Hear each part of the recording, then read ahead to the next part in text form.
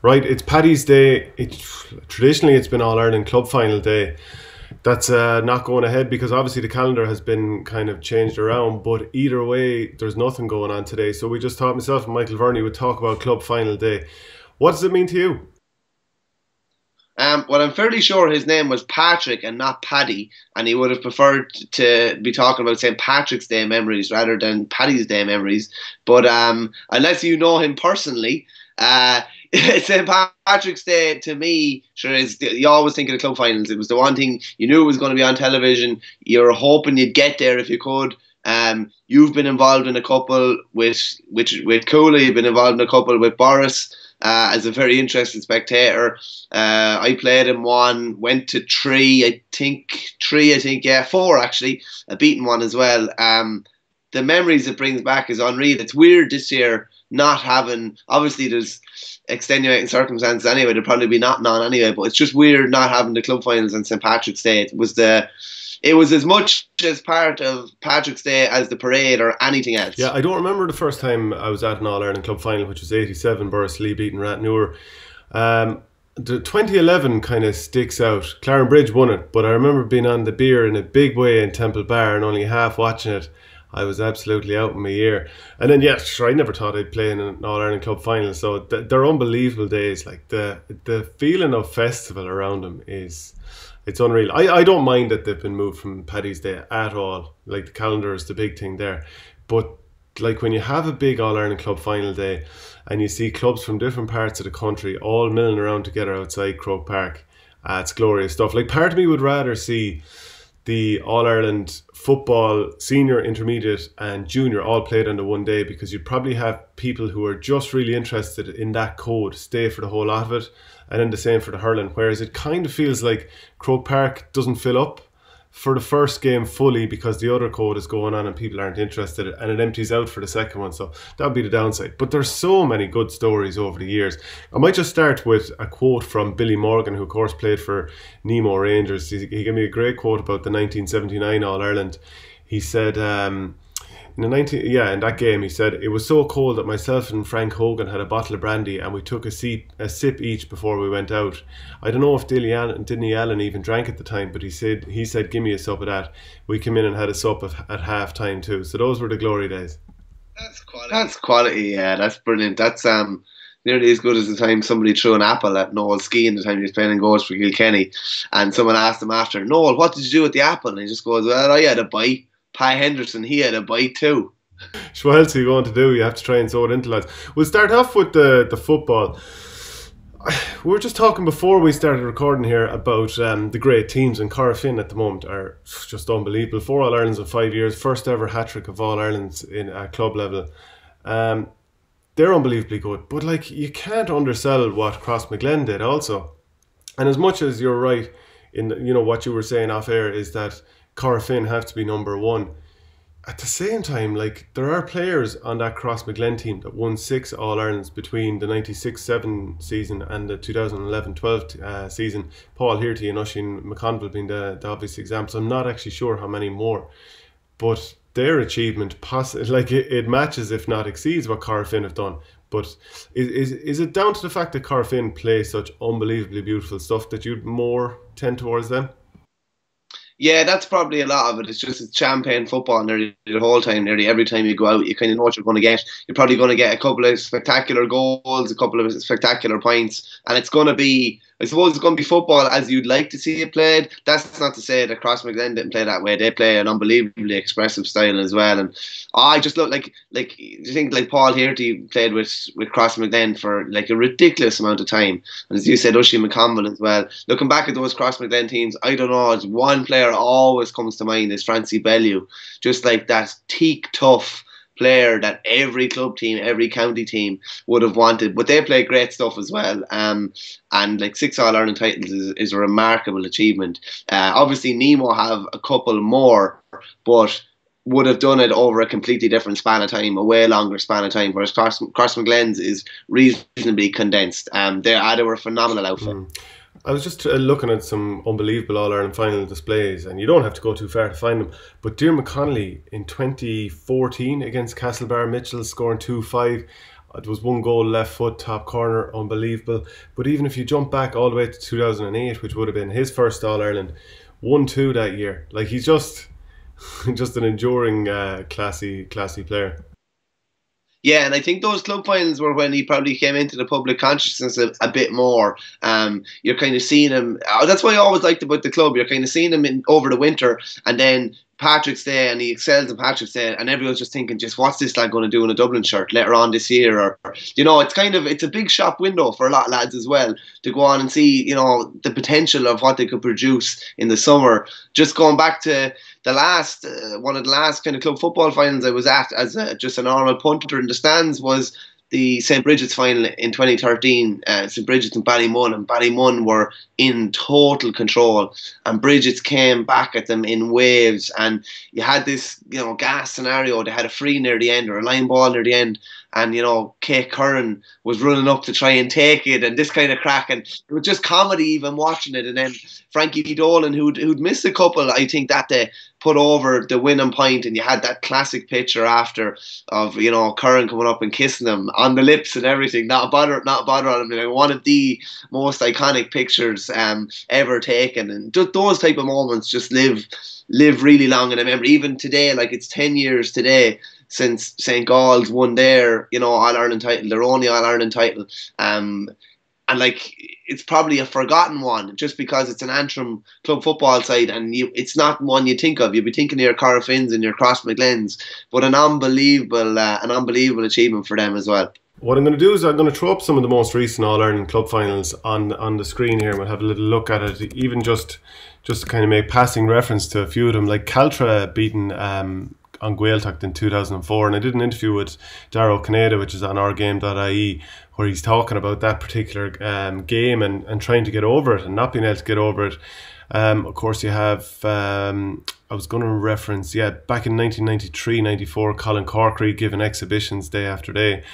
There's just so many good ones over the years. Salthill Knocknacarra beating St. Gall 7 points to 6. Probably not quite at the high end of unbelievably exciting football. Do you think in general these finals tend to be exciting or kind of dour enough ones? And I mean that for both codes.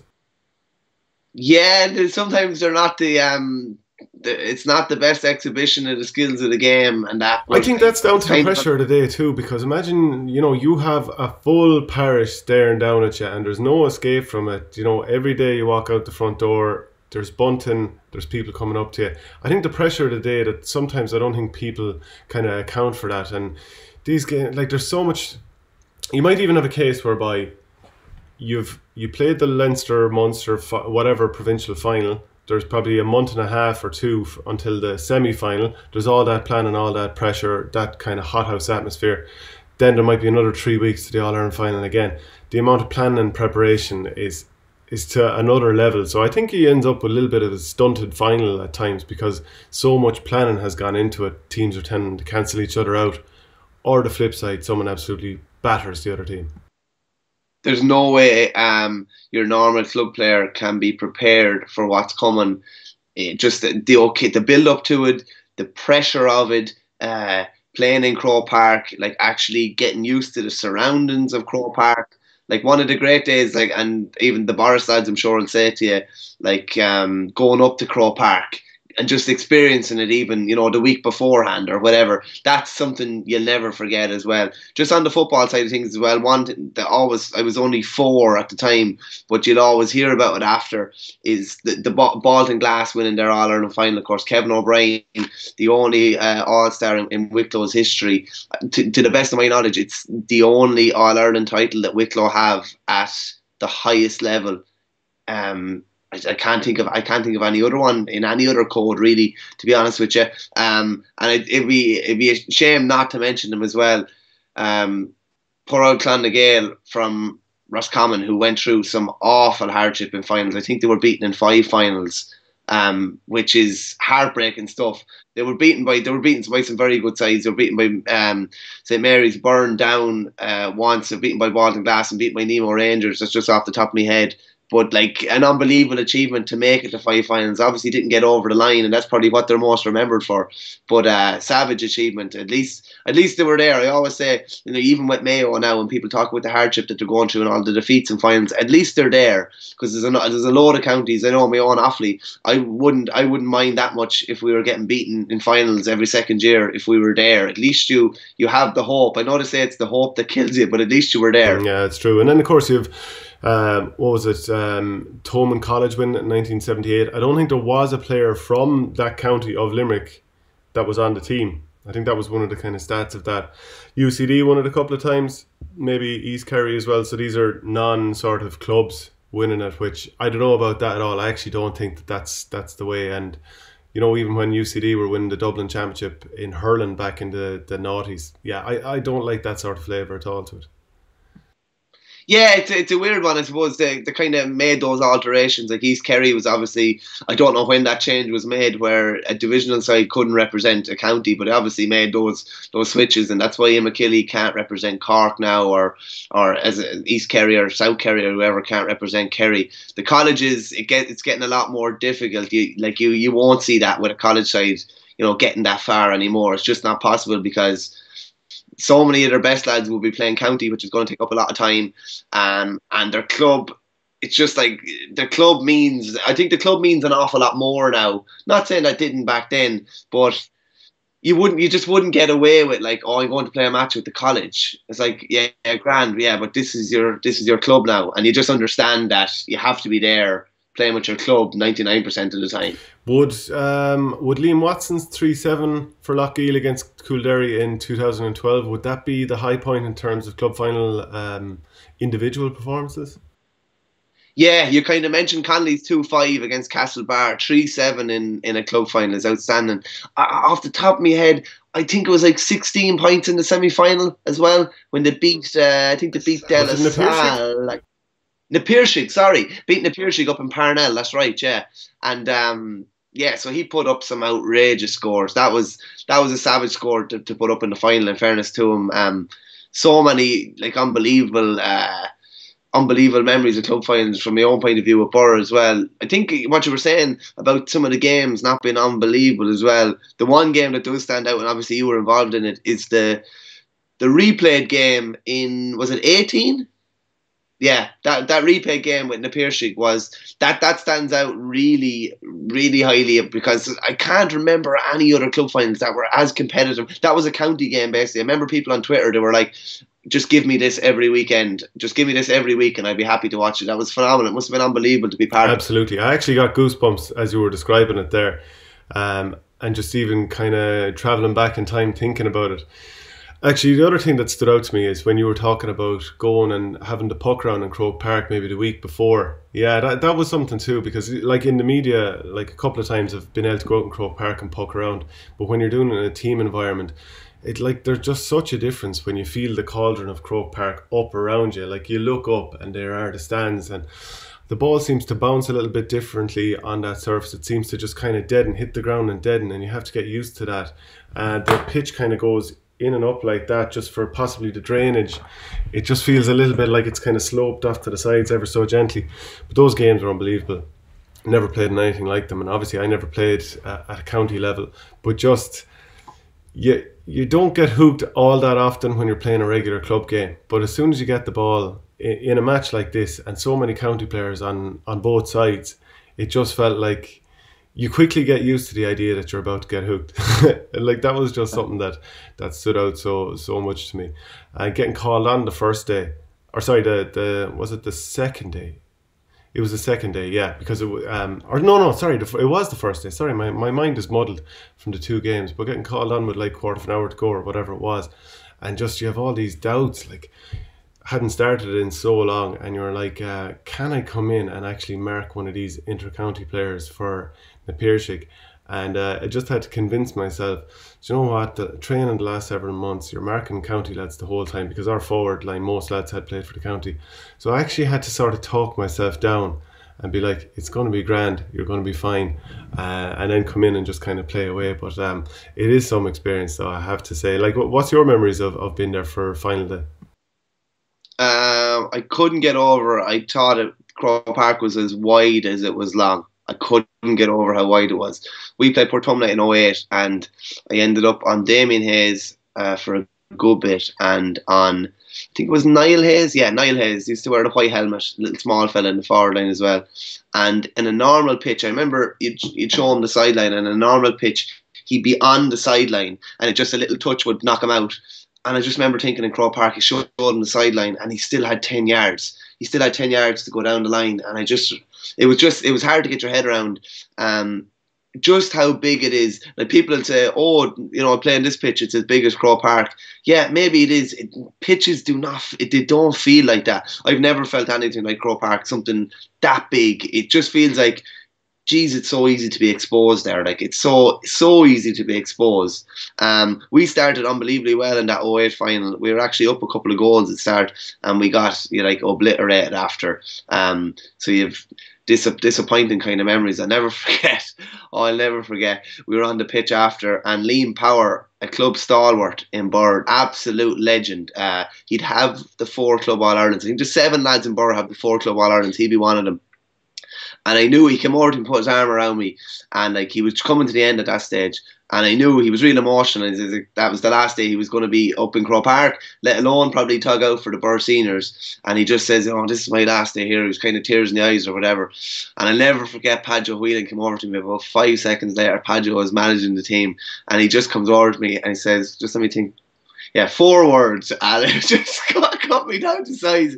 He didn't mean it at all, but he just comes over and says, "Passed you by, Vern." That's all he said. And I was just like, oh my God, Liam Power is after spilling his guts to me here. And just kind of real emotional. Then Padjo comes over. And I definitely wasn't even in the top 5 or top 6 of lads that were poor on that same day. But yeah, that's one of my abiding memories. And now, like, if anything happens around Birr, or, I remember actually we were on a stag, and one of the lads, he was in an awful way, an absolute awful way. The whole weekend just got the best of him. He was absolutely, like, riddled with drink, and the whole weekend everyone just like passed you by or whatever, that kind of thing. Yeah, you have to have a sense of humour too. Yeah, I remember the replay then being down in Portlaoise, and I came on during the first half, and I said this before in an off the ball sort of interview, that I had left my helmet down beside, rather than bringing it up into where the substitutes were in the stand and having to kind of reach around and try and find a helmet. I said, "Do you know what I'll do? I'll leave it down at the sideline beside where all the hurleys are laid out and all that." I got called to go in before half time. Could not find the helmet. And like, I was getting roared at, "Will you come on, Paul Shuta was after getting injured." And I always say to Paul Shuta, "You couldn't even finish your All-Ireland, I had to do it for you. You should have brought me up to lift the cup with you." But then it was, I had to go looking for the helmet, and I tried to get someone else's helmet, and there I was. I think you can even see it on telly. I'm there trying to fit another helmet on. It wouldn't go on because of such a fat head. And then I finally looked under the substitutes bench, like there's these little fold down seats, and I found it, and I was just like, "Oh, thank God." Got on the field then, and then one of the players, or like, first ball I got, do you know, you're absolutely amped up to the last. I just turned and blasted it as long and far as I could, which was not really how we played. After getting roared at on the sideline, then I had Sean Moran roaring at me on the field, and it was just all panic stations. But look, we somehow got through it, and I don't know how we got through it because we were absolutely poxed. You can kind of, but things like that happen on days like that, particularly like in Croke Park. Obviously, that game wasn't in Croke Park, but a club player getting used to, like, not being able to hear people it's something completely different. Like, you could hear your manager on the sideline. In any other ground, you can hear players right beside you, but in Croke Park, you just can't. It's almost like a bit of a wind tunnel. And if you're 20 yards away and I'm shouting at you, you can't even hear me. And you're like, why can't he hear me? And you can't hear instructions or anything like that. Feels like you're kind of in a different world. But yeah, like, club final day, just like, I remember my first club final I was at, Birr were beaten by Kiltormer. It was their first club final in '92 down in Thurles, and then went up to Croke Park in '95, and they were absolutely waxed to get a draw against Dunloy. It was like, I think it was like referred to as the Thunder and Lightning final. It was an awful occasion. Dottie Regan got a point in injury time to make it 9 points apiece. They played maybe 2 weeks later, and it was the most beautiful summer's day. And Birr hockeyed them, and just something that on the Birr teams as well. I think it can't be overstated. Like, Brian Whelan got man of the match in the '95 club final, the '98 club final, and the '02 club final. as well as getting man of the match in the 94 All-Ireland final with Offaly and the 98 All-Ireland final with Offaly. Like, that's absolutely, like, if you talk about big game players, and I think, like, that's one of the reasons why he will go down as one of the greatest of all time, like, delivering your very best when the need was greatest. And then, of course, you've Tony Doran win it with Buffer's Alley in 1989. We could talk all day about these legends, but Tony Doran was 43 that day. 43 years young, winning a club final. It's absolutely unbelievable. Serious achievement. All, the Butlers, Tom Dempsey, legendary club. I think they beat O'Donovan Rossa in the final that year. Yeah, it was savage. Like, to win a club All-Ireland at 43, like, you'd just be happy. You'd sail off into the sunset after something like that. Oh, we could talk about it all day, but sure, I suppose we'll leave it at that anyway. Thanks very much. I'm sure we'll chat more about club very soon. Cheers, Shane. Cheers, Shane.